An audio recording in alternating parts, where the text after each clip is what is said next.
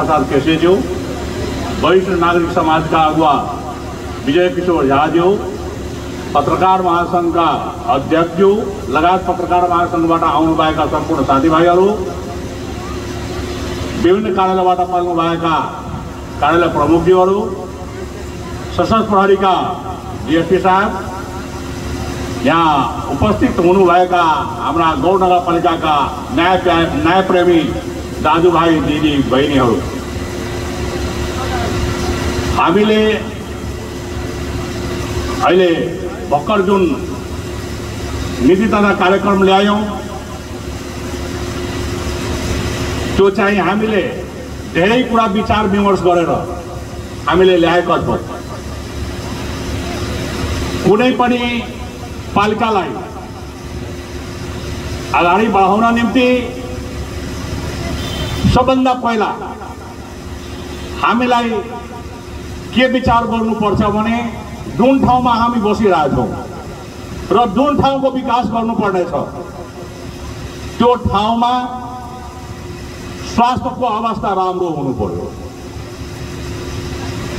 शिक्षाको अवस्था राम्रो हुनु पर्यो, पर्यटनको अवस्था राम्रो हुनु पर्यो, कृषिको अवस्था राम्रो हुनु पर्यो।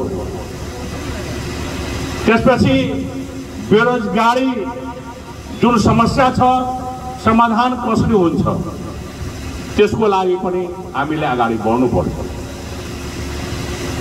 र यहाँ सम्पूर्ण न्यायप्रेमीहरूलाई म भन्न चाहन्छु, जहिलेदेखि म पदभार ग्रहण गरेको छु त्यो बेलादेखि लिएर अहिलेसम्म हाम्रो गौर नगरपालिकाको समग्र विकास कसरी हुन्छ त्योतिर म लागि परिरहेको छु। हाम्रो गौर नगरपालिकाको बेरोजगारी दूर कसरी हुन्छ यो सबैले भन्छ, बेरोजगारी दूरको कुरा सबैले भन्छ, तर म गरेर हेराइरहेको छु। यहाँ समक्ष सबै कुरा म स्पष्ट गर्न चाहन्छु।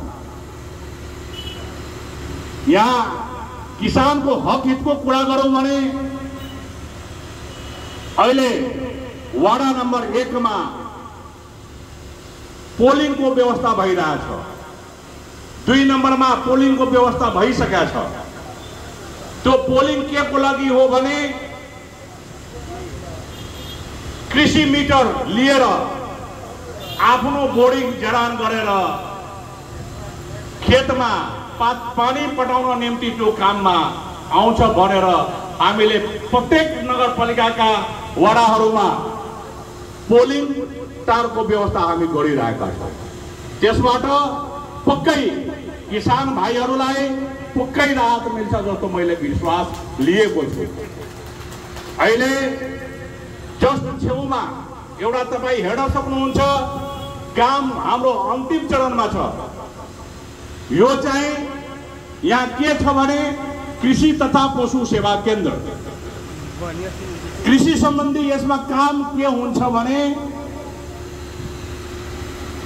माटो परीक्षण हुन्छ, खेतको माटो परीक्षण हुन्छ, कुन खेतमा कुन माटोमा के रोप्दाखेरि राम्रो हुन्छ त्यसको चाहिँ परीक्षण अब यही हुन्छ। बिउको परीक्षण हुन्छ, बिउ चाहिँ राम्रो क्वालिटीको छ कि छैन त्यसको पनि चेक जाँच चाहिँ अब यही हुन्छ। कुनै किसिमको रोगहरू लागेको खण्डमा त्यसको उपचार पनि गरिन्छ र त्यसको रिसर्च पनि गरिन्छ। किसानको हक हितको लागि भनौं भने सम्पूर्ण समस्याको समाधान हाम्रो 2-3 महिना भित्र हाम्रो भइरहेछ।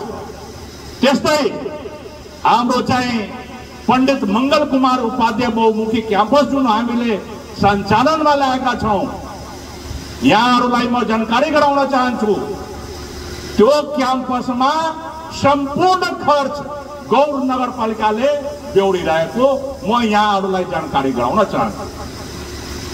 त्यसको अहिले अनुदानको रकम अहिले आइसकेको छैन, हामीसँग सम्झौता भएको छ।